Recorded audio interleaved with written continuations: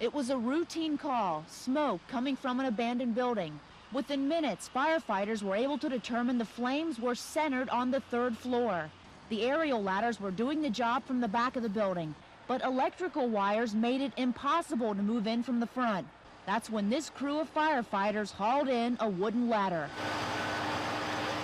With one man at the window and a second man hoisting up the hose, the rest of the crew began their trek up to the 3rd floor. What happened next was so unexpected, it stunned everyone watching.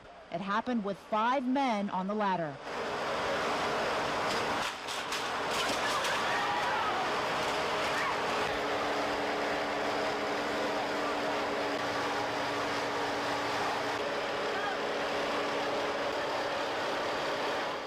The ladder was at such an angle and it was somewhat overloaded and appeared at this time to collapse. I haven't seen the photography, but I'd like to see it. As rescue workers scramble to help the injured, rushing a total of 4 firefighters to the hospital, something else unexpected happened. Flames began shooting out of the roof.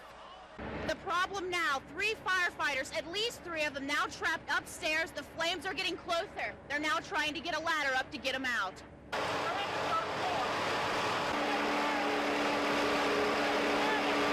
That's Paul Merce yelling for help.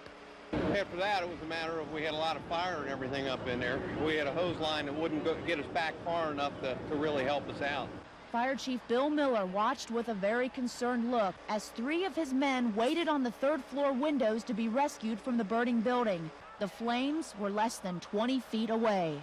Well, obviously, they were trapped. They were on the 3rd floor with no means of escape. The fire was between them and the stairway. And with the ladder being broken and 4 people being down, it made it very difficult. We had to get another ladder as soon as possible, but it took some time. The trapped firefighters finally got out. They tell me most of their concern was for their fellow fighters who crashed to the ground. They were still being taken away in ambulances. A lot of them, guys.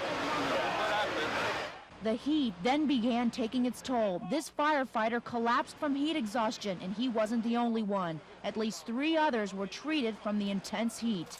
We're always concerned when a fellow firefighter goes down, and we're discussing it, talking about it.